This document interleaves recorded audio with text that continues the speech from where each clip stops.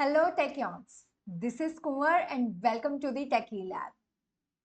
आज हम स्टार्ट करने वाले हैं NCERT exercise question answers. Yes, हम करेंगे NCERT exercise. So here is the first question.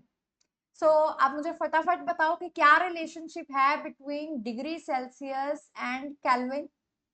Yes.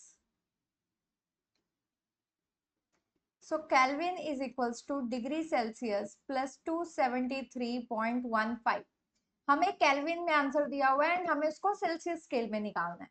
So Celsius scale is equals to Kelvin minus 273.15. हम इसको यूज करेंगे डायरेक्टली. अब मुझे कमेंट सेक्शन में फटाफट सॉल्व करके बताओ कि आपके पास ए एंड बी पार्ट का क्या आंसर आ रहा है.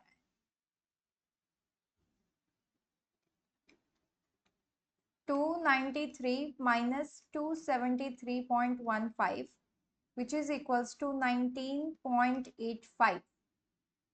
right, this is degree Celsius. तो हम लिख सकते हैं the temperature is 19.85 degree Celsius.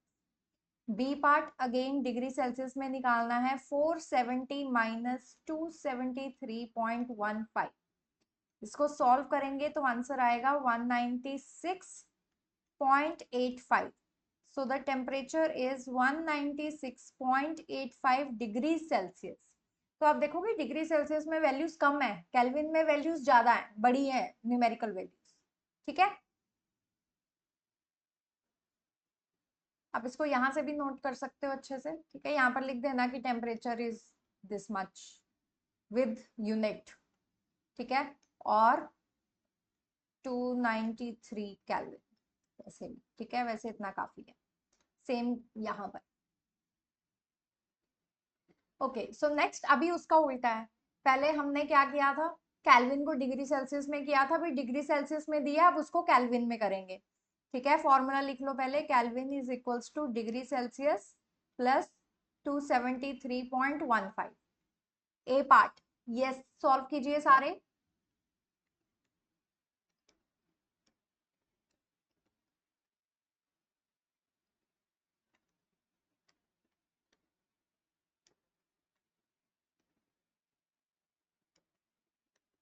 Yes, first part का आंसर आ रहा है 298.15 एंड सेकेंड पार्ट का आंसर आ रहा है 646.15.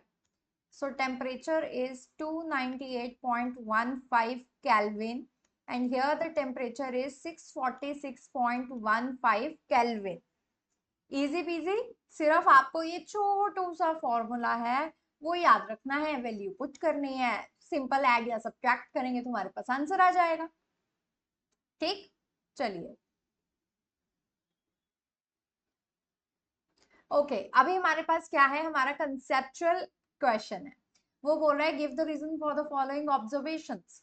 सबसे पहला है नेप्थलीन बॉल्स. तो मैंने ये आपको ऑलरेडी हमने डिस्कस किया है. नेप्थलीन बॉल्स जो है वो डिसअपियर हो जाती हैं विदाउट लिविंग एनी सॉलिड्स.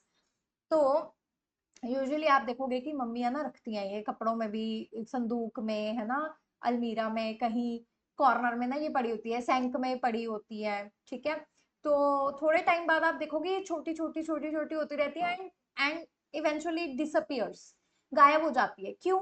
अब देखो ये जा रहा है सॉलिड टू गैस जा रहा है डायरेक्टली, तो इसको बोलते हैं सब्लिमेशन.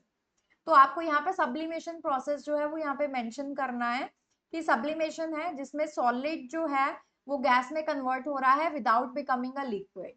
ओके, या सो आपको इसी को थोड़ा सा एक्सपेंड करना है बस.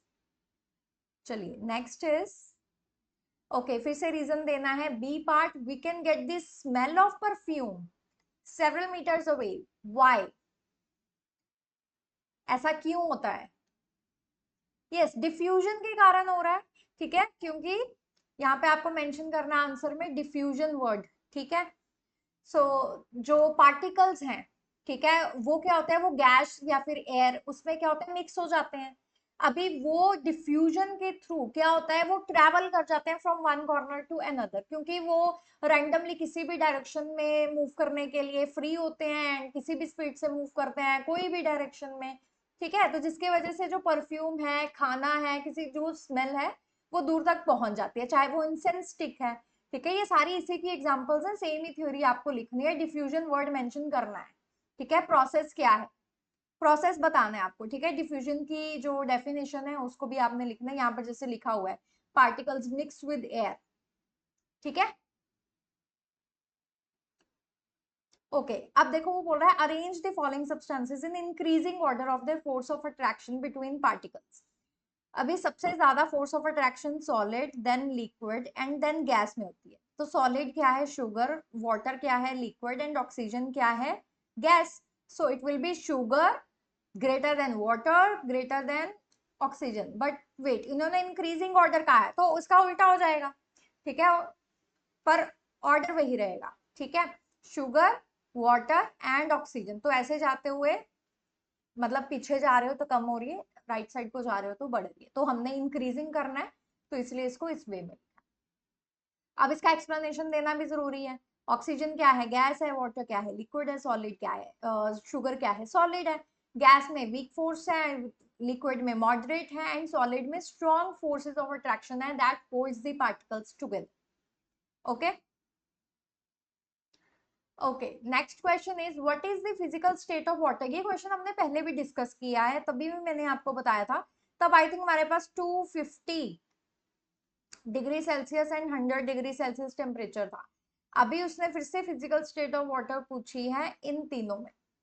अब देखो 100 में क्या होगा, लिक्विड, जो बॉइलिंग वाटर है वो तो लिक्विड ही होता है, and water vapours that is gaseous. तो दोनों स्टेट में वो क्या करेगा, एग्जिस्ट करेगा।